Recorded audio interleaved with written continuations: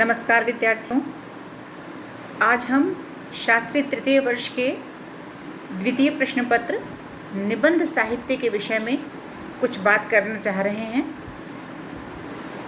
पाठ्यक्रम में द्वितीय वर्ष के पाठ्यक्रम में पुस्तक है निबंध विहग। उस निबंध विहग पुस्तक के पहले निबंध, जिसका नाम है साहित्य जनसमूह के हृदय का विकास है, और लेखक हैं बालकृष्ण भट्ट। मैं इस निबंध के जो प्रमुख व्याख्या अंश हैं उनके विषय में मैं अगली कक्षा में बताऊंगी, लेकिन उसके पहले हम इस निबंध के लेखक का संक्षिप्त परिचय पढ़ेंगे।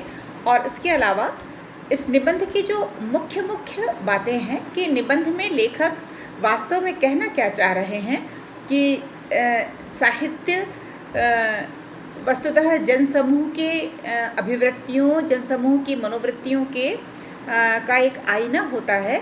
इसके विषय में बालकृष्ण भट्ट ने इस निबंध में बहुत सरलता के साथ और बोधगम्यता के साथ बताया है। वस्तुतः बालकृष्ण भट्ट भारतेंदु युग के प्रमुख लेखकों में हैं और इन्होंने बाल विवाह, भेदभाव नीति, कृषकों की दुरावस्था, ग्राम्य जीवन, देश सेवा महत्व, राजभक्ति और देशभक्ति आदि अनेक निबंध लिखे हैं। और इनके लेखन की ये विशिष्टता रही है कि निबंधों में रहने वाली एक सूत्रता, क्रमबद्धता और प्रभावपूर्णता इनके निबंधों को एक विशिष्टता प्रदान करती हैं। निबंधों की शैली अत्यंत सरल, सुबोध और बोलचाल के निकट रहती है। अपनी भाषा को सरल और सुगम्य बनाने के लिए मुहावरे और लोकोक्तियों का अधिकाधिक प्रयोग बालकृष्ण भट्ट के निबंधों की विशेषता है। जहाँ तक कथ्य की बात है, निबंध सामाजिक धरातल के लिखे गए हैं, राष्ट्रीय भावनाओं से युक्त निबंध लिखे गए हैं, क्योंकि तत्कालीन समय इसी प्रकार का था कि राष्ट्रीय आंदोलन चल रहा था और सांस्कृतिक महत्व के निबंध भी इन्होंने बहुत अधिक लिखे हैं। चलिए विद्यार्थियों, अब हम साहित्य जनसमूह के हृदय का विकास है, इस विषय में कुछ मुख्य बिंदुओं पर आते हैं। वास्तव में बालकृष्ण भट्ट एक स्थान पर कहते हैं निबंध में कि साहित्य जनसमूह के चित्त का चित्रपट है। जैसा हम आईने को देखते हैं, उस आईने को देखकर आईना कुछ और नहीं कहता कि हम ये कहते हैं कि आईना झूठ नहीं बोलता। उसी प्रकार साहित्य भी जिस समय भी लिखा जाता है, उस समय के समाज को हूबहू दर्शाता है। लेखक एक स्थान पर लिखते हैं कि प्रत्येक देश का साहित्य उस देश के मनुष्यों के हृदय का आदर्श रूप है। तो कहने का अभिप्राय यह है कि जैसा जैसा समाज रहा, जैसा जैसे समाज की मनोवृत्ति रही, समाज के लोगों की मनोवृत्ति रही, वैसे वैसे साहित्य में भी परिवर्तन होता आया है। एक स्थान पर उन्होंने लिखा है कि किसी देश का इतिहास पढ़ने से केवल बाहरी हाल हम उस देश का जान सकते हैं, परंतु साहित्य के अनुशीलन से कौम के सब समय समय के आभ्यंतरिक भाव भी प्रकट होते हैं। इसी निबंध में आगे चलकर वे अलग अलग समय पर लिखे गए अलग अलग साहित्य के विषय में भी चर्चा करते हैं। सबसे पहले वे वेदों पर आते हैं और कहते हैं कि आर्यों का सर्वप्रथम साहित्य वेद है। वे लिखते हैं कि वैदिक साहित्य के रचयिता बड़े भोले भाले बच्चों की तरह हुआ करते होंगे। वे लिखते हैं, प्रातःकाल उदयोन्मुख सूर्य की प्रतिभा देख उनके सीधे सादे चित्त ने बिना कुछ विशेष छानबीन किए इसे अज्ञात और अजेय शक्ति समझ लिया। इसके द्वारा वे अनेक प्रकार का लाभ देख कानन सहित विहग कूजन समान कल कल रव से प्रकृति की प्रभात वंदना का साम गाने लगे। जलभारनथ श्यामला मेघमाला का नवीन सौंदर्य देख पुलकित गात्र हो कृतज्ञता सूचक उपहार की भांति स्त्रोत का पाठ करने लगे।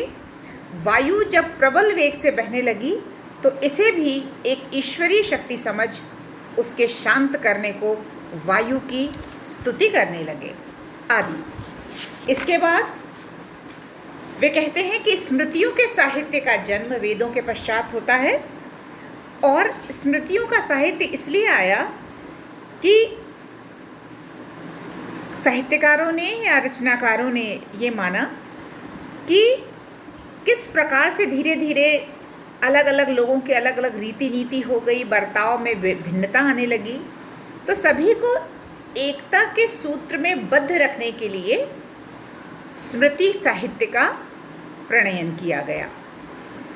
तत्पश्चात रामायण के समय की बात करते हैं कि रामायण में जो हम पढ़ते हैं, जो उच्च आदर्शों की स्थापना वाल्मीकि ने रामायण में की है, उसका कारण ये है कि रामायण के समय भारतीय सभ्यता का प्रेम प्लावित यौवन था।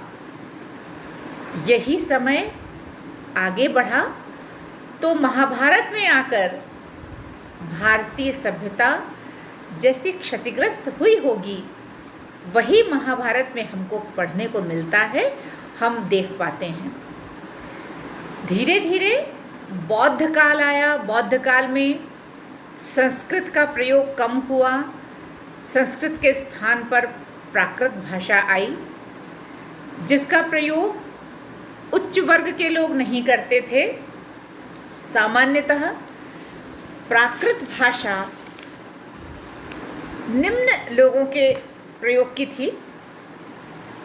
बालकृष्ण भट्ट लिखते हैं कि संस्कृत भाषी उस समय बहुत से लोग थे जिन्होंने इस नई भाषा को प्राकृत नाम दिया, जिसका अर्थ ही यह है कि प्राकृत अर्थात नीचों की भाषा। अतएव संस्कृत नाटकों में नीच पात्र की भाषा प्राकृत और उत्तम पात्र ब्राह्मण या राजा आदि की भाषा संस्कृत रखी गई। ये बालकृष्ण भट्ट का कथन है। फिर वे कहते हैं कि जैसे वो लिखते हैं कि गुणाढ्य कवि द्वारा रचित बृहद कथा प्राकृत में लिखी गई। ऐसा नहीं हुआ कि प्राकृत में बड़े विशिष्ट ग्रंथ नहीं लिखे गए, प्राकृत में भी लिखे गए। लक्ष्य श्लोक ग्रंथ हैं बृहद कथा में, गुणाढ्य कवि द्वारा रचित है। धीरे धीरे संस्कृत यद्यपि उस समय की बोलचाल की भाषा उतनी नहीं रह गई थी, पर हर एक विषय के ग्रंथ इसमें एक से बढ़कर एक लिखे गए। कालिदास, भवभूति, भारवी, श्रीहर्ष, बाण, ऐसे कवि हुए, ऐसे रचनाकार हुए संस्कृत में, जिस पर बालकृष्ण भट्ट कहते हैं कि वेद की एक एक ऋचा के समकक्ष कालिदास जैसे कवियों ने, कालिदास जैसे रचनाकारों ने अपनी रचनाएं लिखी। वे लिखते हैं एक एक उपमा पर और भवभूति,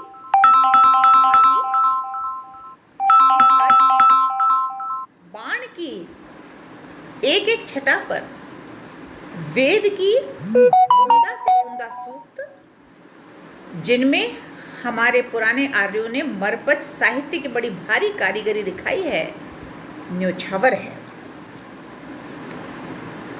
प्राकृत के उपरांत पद्मावत और पृथ्वीराज रासों का समय आता है, जिसके विषय में वे कहते हैं कि पद्मावत की कविता में तो किसी कदर कुछ थोड़ा सा रस है, पर पृथ्वीराज रासों में तारीफ के लायक कौन सी बात है, ये हमारी समझ में नहीं आती। बालकृष्ण भट्ट के अनुसार पृथ्वीराज रासो रसहीन काव्य है, ऐसा वे मानते हैं। जैसे जैसे समय बदला, जनसमूह ने अनेकानेक भाषाओं में बोलना और साहित्य लिखना आरंभ किया।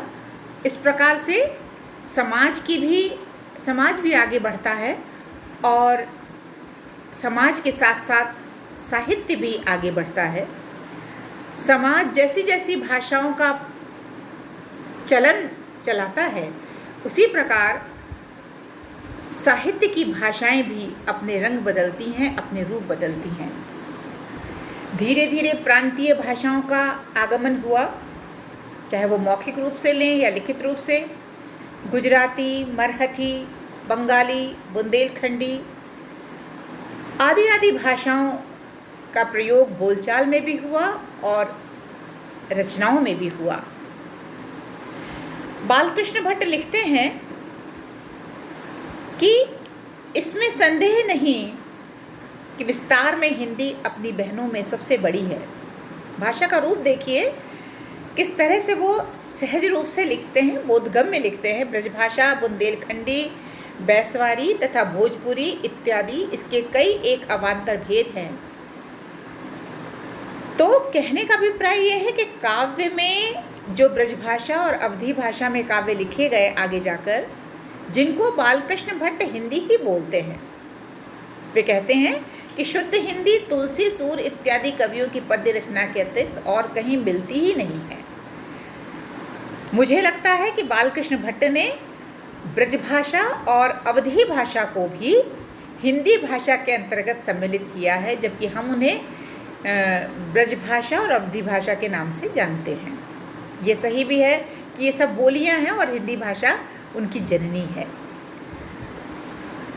बालकृष्ण भट्ट उर्दू के साहित्य की भी बात करते हैं, लेकिन वो उसको विस्तार नहीं देते।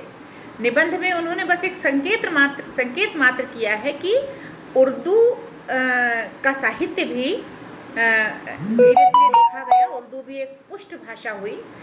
तो इस प्रकार से भाषा का जो स्वरूप धीरे धीरे करके आज की स्थिति में आया, जबकि ये निबंध लिखा गया होगा, वह और लिखा गया है 1881 ईस्वी में। निबंध में अंत में लिखा है जुलाई 1881 ईस्वी। तो उसके पहले की जो साहित्य है, उसका एक विहंगम दृष्टि, उसके ऊपर विहंगम दृष्टि बालकृष्ण भट्ट ने डाली है और वे इस निष्कर्ष पर पहुँचे हैं, पूरे विश्लेषणात्मक निबंध को लिखकर इस निष्कर्ष पर पहुँचे हैं कि जैसे जैसे जनसमूह की मनोवृत्तियाँ बदलती हैं, तत्कालीन जनसमूह के मन की भावनाएं बदलती हैं, उनकी वृत्तियाँ बदलती हैं, वैसे वैसे साहित्य भी बदलता रहता है। और निश्चित रूप से हिंदी साहित्य ने जनसमूह की मनोवृत्तियों के विकास के साथ साथ हिंदी साहित्य ने भी अपने विकास का मार्ग प्रशस्त किया है। धन्यवाद।